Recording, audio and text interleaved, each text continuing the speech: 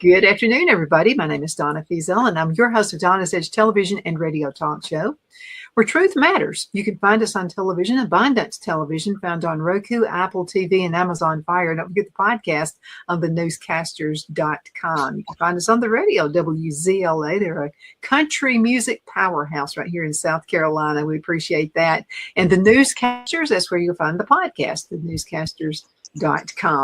Continue sending email. Peter and I definitely appreciate you doing that. It lets us know you have interest in the shows and all of the topics. And Peter Young is quite a topic, and folks are really interested. I've got a lot of first-time viewers. So let's talk about the story, the beginning story of how you got involved with the cult. Sure. I was again, Donna, thanks for having me on. I was a sports broadcaster in my mid-20s in little old Pocatello, Idaho, way out in the west. And I saw this beautiful woman around town. I call her Paige in my book, Stop the Tall Man, Save the Tiger. That's the name of my memoir. And I met her at a singles Bible study. But before I even met her, I'd heard from a friend who knew her, hey, be careful, that family has a weird family guru. And so I'd heard about the weird family guru before I ever even met my future wife. But we met at a singles Bible study, fell in love quickly.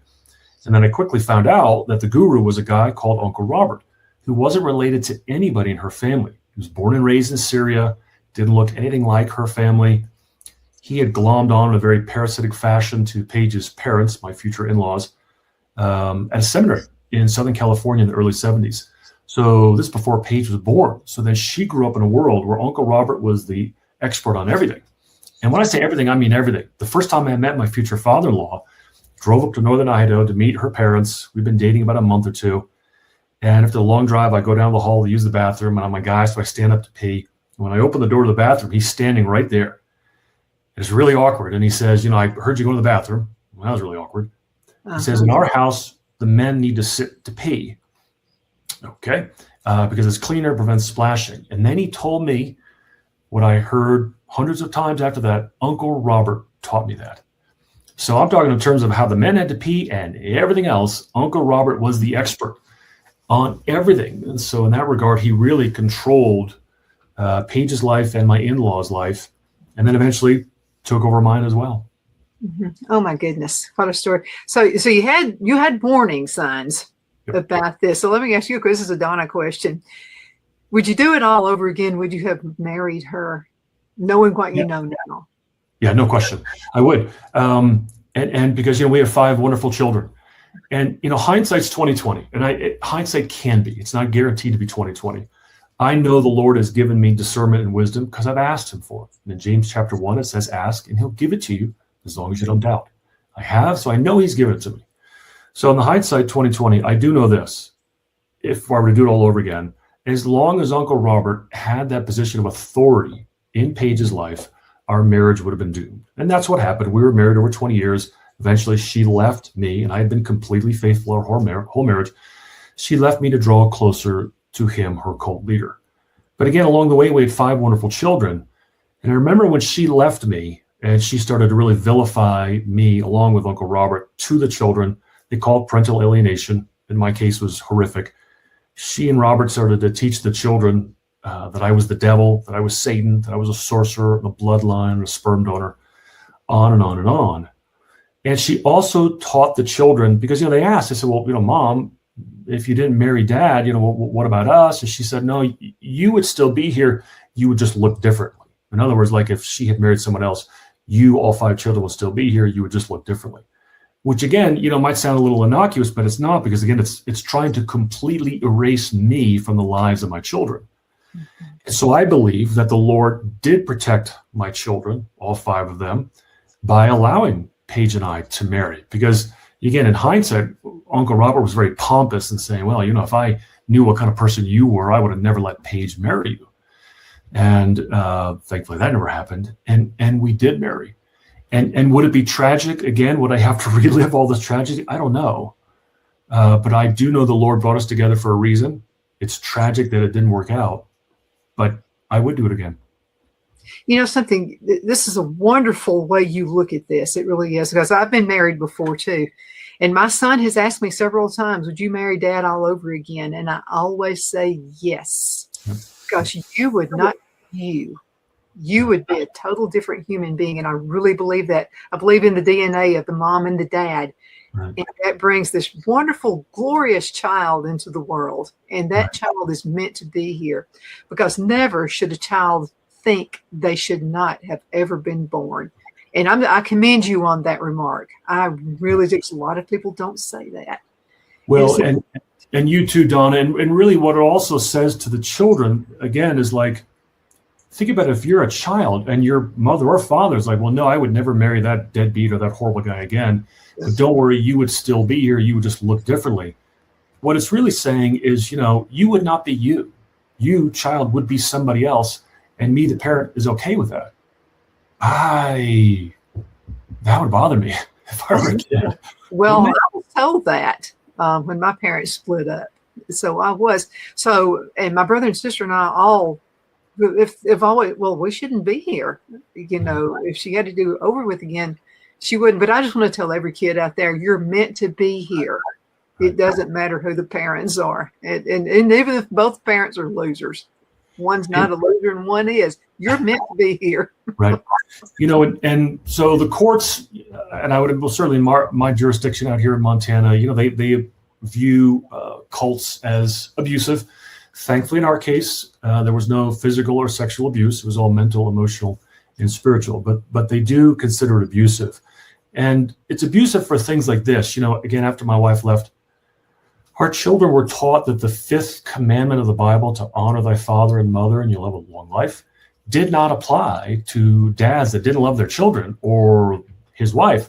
So they were taught that the 5th commandment of the Bible didn't apply to me. And they were young, they're under 10, and they truly believe that kind of stuff.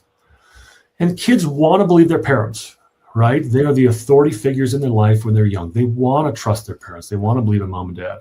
So then when one spouse starts to destroy, half of that child's, let's say, view of authority, it's incredibly mentally and emotionally abusive to do that. And so the flip side of the coin is, listen, it's been hard sometimes to not want to bash Paige to my kids, but I don't. No matter how unhealthy I believe she is, she's still their mom. The kids love her, and they should love her, just like they should love me. And I should never try and teach my children not to love their mother. I'm honest with them, what I think about her and what I think has gone on, but I never try and denigrate her to the kids, because that's just not helpful. No, that should not be. So let me ask you a question as far as cult leaders. Are they mostly men, or can a cult leader also be a woman? Well, I believe cult leaders can be women. I do believe in my research, they're mostly men. In our case, it was a guy who was married to a fairly normal woman from Tennessee. We called her Aunt Sarah. She would hardly ever come to our little conventions, which was our meetings with our cult leader.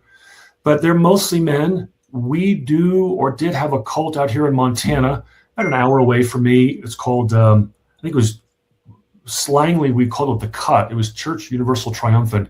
And it disbanded, I think, in about the 90s. And the leader was a lady called, I think it was Claire Prophet. And she was a woman, and she was the leader. So they do happen where a woman leads it. Yeah, and I saw that and I didn't know at the time. I know now from doing research. So I have an uncle, aunt and uncle. And so the uncle was in this kind of, I thought was strange something. And the woman was the leader of this one. And they called her sister something. I forgot what it was. I guess I was about 14 or 15 years old when this was going on. And it just felt creepy to be around him. And he was always one of my, before he got into this cult, this uncle was like one of my favorite uncles. I mean, it was just, and now the uncle's very charismatic. Yeah. But you could tell it was really affecting their marriage because he was spending too much time with these people. And it was a small group of people. So I asked my aunt, I said, do you ever go to his church? And she said, I went once. I'm never going back. And later they got a divorce, but it wound up in a divorce. It was just terrible. Again, and this uncle just changed. And I always felt like sometimes he was trying to get me into it. But I didn't.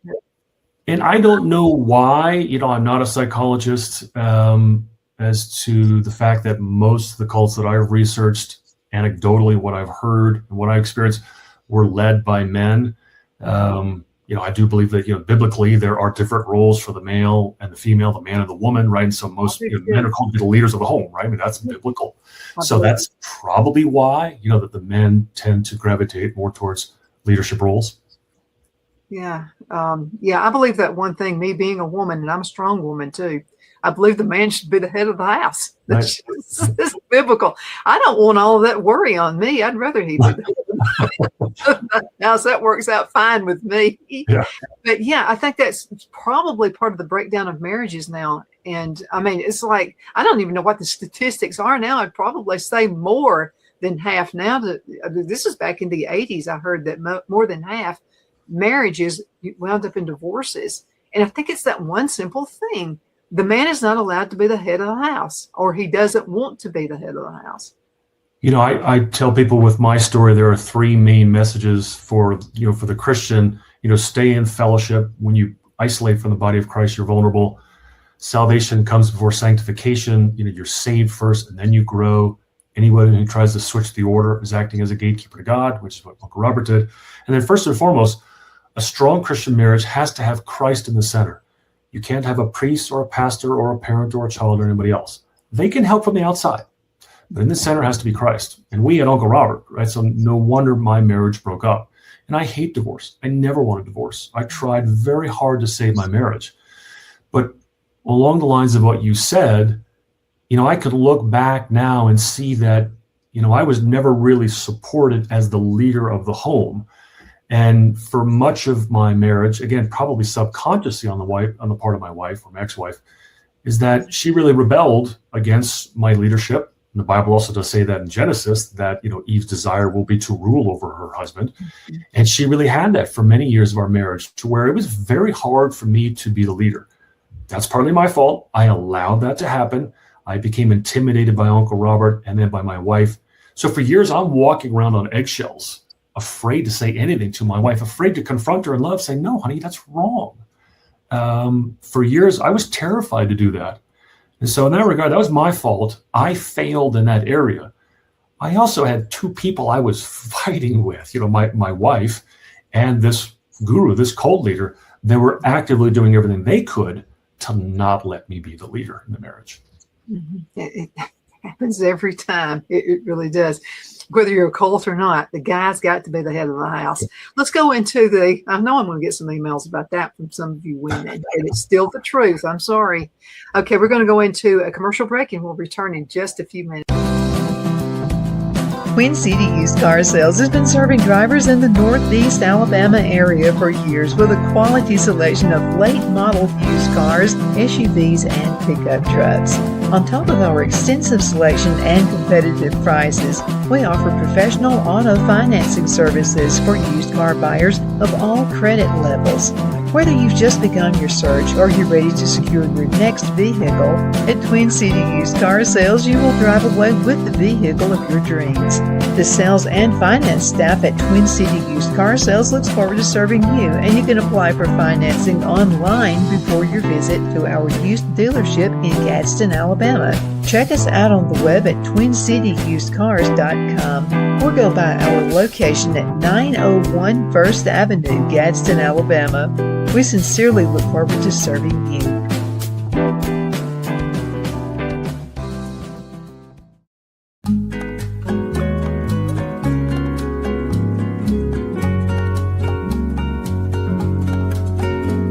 At Lamone's Mexican restaurant located in Henniger, Alabama, and voted Best Mexican Restaurant of DeKalb County, Alabama 2020. We're here to serve you with authentic Mexican cuisine. Order easily online by going to limonsmex.com or call 256-657-3999 to place your order. We're open Sunday through Thursday, 11 a.m. to 9 p.m. and Friday and Saturday, 11 a.m. to 10 p.m. Whether you're celebrating a cozy date night for two or a celebration for a crowd, at Limon's you'll love our atmosphere and friendly servers. Thank you for dining with Limon's Mexican Restaurant.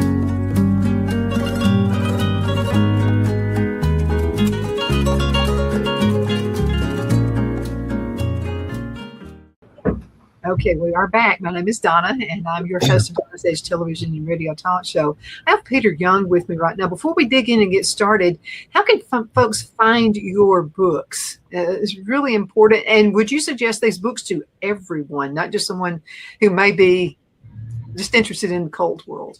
Sure. So thank you, Donna. You can find me at authorpeteryoung.com. I've written 3 books. I'm working on a 4th.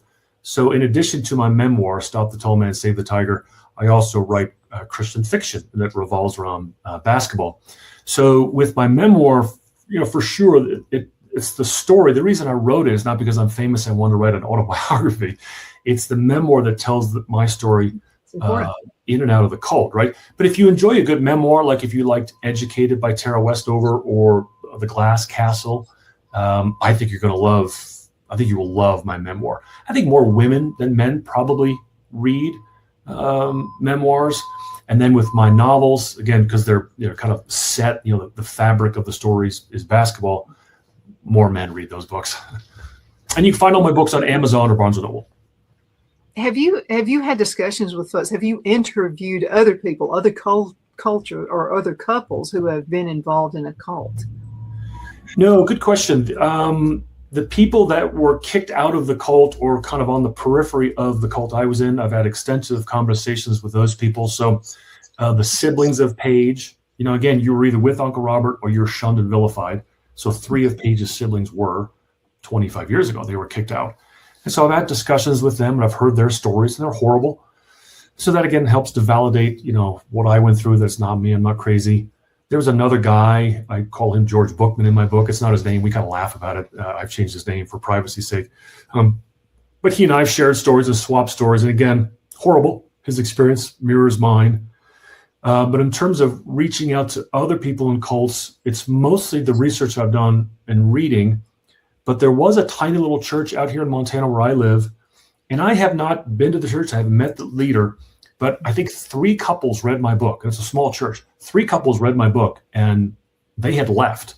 And they all told me the same story. Oh my goodness, Peter, I feel like you wrote my story.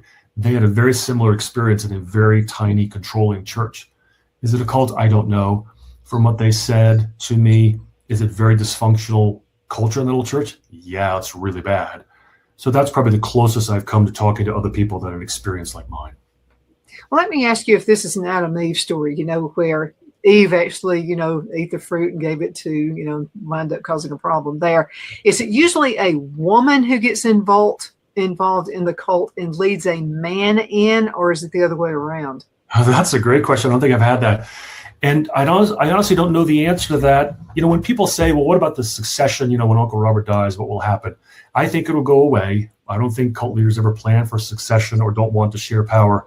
But clearly, Paige is the most dynamic individual still, I would say, is in the cult. She's got a very strong personality. And she was all in on Uncle Robert. I mean, she was his most devoted follower. But when you talk about Adam and Eve, let me share some of the craziness that went on in the cult. Now, cult leaders don't start with utter nonsense and lies. They share with you a lot of truth, and then they slowly but surely pervert it and give it their own spin. So a lot of what Uncle Robert Booty taught, I would still to this day would say, yeah, I believe it. That's the truth. But when it came to Adam and Eve, boy, he got pretty creative. So in his mind, the fruit was not fruit, it was sex. So this was all an issue of Adam and Eve having sex. And there are other people that agree with that as well, that, the fruit and the tree are symbolic. I don't know. Could have been sex. But as way of controlling the men in the cult, because he already had control of Paige. Paige was fiercely devoted to Uncle Robert, but as a way of controlling all the men in the cult. So my father-in-law, this other guy we call Brother Michael, and then me, and then Paige's brother. So these other 4 men. And Robert's this little short guy. We're all over 6 foot tall. To control us, the narrative that he kept telling us over and over about Adam and Eve was, in the Bible, Eve deceived Adam. But he would say, no, Adam failed to protect Eve from himself. Meaning Adam forced himself sexually on Eve, and Eve is this pure, innocent person, and Adam is this, lustful, sinful guy that had sex with Eve and he shouldn't have. And he did it in such a way to humiliate and denigrate and put down all the men in the cult, because my former father-in-law had an affair with another woman for years while he was married. My former brother-in-law had 2 kids out of wedlock. He had an affair. His marriage ended. I was completely faithful to my wife, but as a college kid, I kind of didn't walk the walk. And of course, Uncle Robert only sinned once in his life. So he would talk about that Adam and Eve story, and he'd go back to it over and over again, how it was Adam who didn't protect Eve from himself. So Adam is wicked, and thus all of you men are like a dirty dish rag. It was all about control. Mm-hmm. Yeah, and you needed his guidance because he's the know-all. Right. And he, of course, we wouldn't have looked at him or said, he is Christ. We wouldn't have looked at him like that way, like he is our God. But boy, he was close, because he only sinned once, and everything he did was as pure as the driven snow. And yet in all of these conferences we had, it was about him elevating himself and us, getting kind of pushed further down into the gutter. But, then he would, of course, rescue us from that. So again, whether it's Adam and Eve or other biblical stories, it was always told with, let's say, the goal in mind of elevating himself and making sure we knew how filthy we were as sinners. Something I've learned from having you on the show it's been really a gift, and I associate some of the things with politicians. Okay, so this is, and I get into politics, and I interview a lot of folks who are running for office as part of the show. Yeah. But the one thing I've noticed over and over again, someone who isn't really running for office for the people and only running for office for themselves will answer this the same way every time. So I will ask about an amendment. I will say something like, are you for or against this amendment? Every single time they tell me, now, Donna, that's for the children. It's not for the children, it's for them. Or if I ask the question, they won't answer it. If they start looking off or they start doing something else, I don't trust that. It's like my granddad used to say a long time ago, if a person won't look you in the eyes, they're probably lying. So this brings another question. When he would talk with you, would he look at you in the eyes, or would he shift off? Oh, wow. Good question. No, he would look at us in the eye, but, again, there was usually an audience of us, that almost goes into not so much doubt, because I don't think the politicians you're describing have doubt. It's, they're a little shifty, and they know they're not being honest. And they might not even know the answer, but instead of being honest and saying, boy, I don't know, Donna, good question.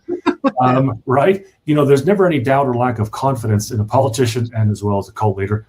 I'm not equating the two, but with Robert, there was never any doubt ever in anything he shared. So yes, he would look at you in the eyes, but he had developed such a one-sided relationship that was dominant and submissive that he never even worried about being perceived as lying, because in his mind, he couldn't lie. And in our minds, he could never lie.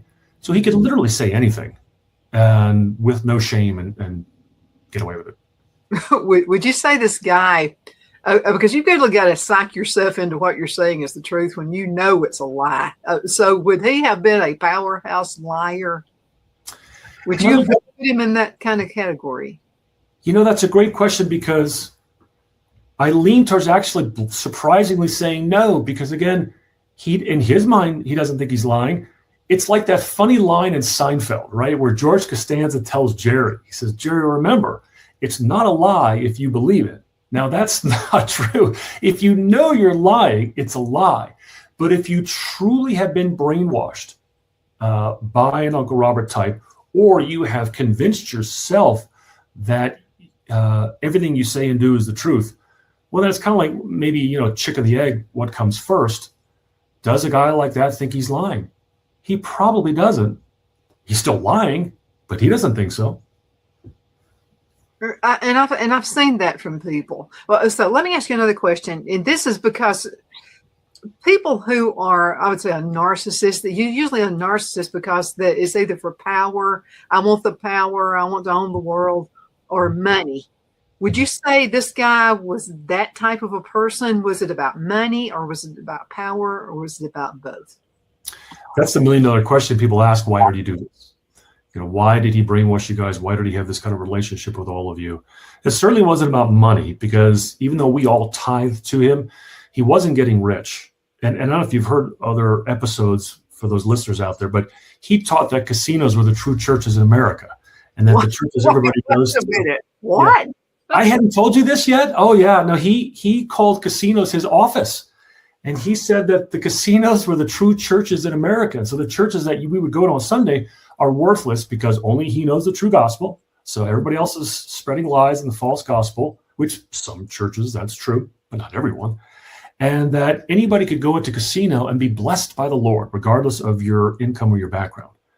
Okay, but if I ever go to a casino, which is rare, I see people worshiping money, not the Lord. But he believed it. He believed that people were going to, a false church, and casinos were the true churches in America. He called it his office. So when we would go to our conferences in Northern Idaho, he and Paige and my in-laws would go to the Coeur d'Alene casinos about an hour away. I would stay at home and watch the kids, and they would call it going to their office. And so then when he would travel around the country to go to D.C. to spread his pearls of wisdom with Alan Greenspan and congressmen and senators, along the way, he would stop at all these Indian casinos and, pay for his trip, supposedly. Mm-hmm. But every time we tithed to him, he would send an email of thanks. And, he would say something along the lines of, boy, your check came in the nick of time, because he was always broke. Well, yeah, go figure. So losing at the casino. Yeah, I thought I told you that. Oh my gosh. It's funny because that's what happened when I got out of the cult, and as I was recovering. My family, my brothers, my sister-in-laws, my parents weren't involved in this at all. They had no idea what was going on. And as I peeled back the layers and layers of the onion and would tell them these things, I remember talking about casinos, and the reaction was just like you. They're like, wait, stop, time out. He said, what?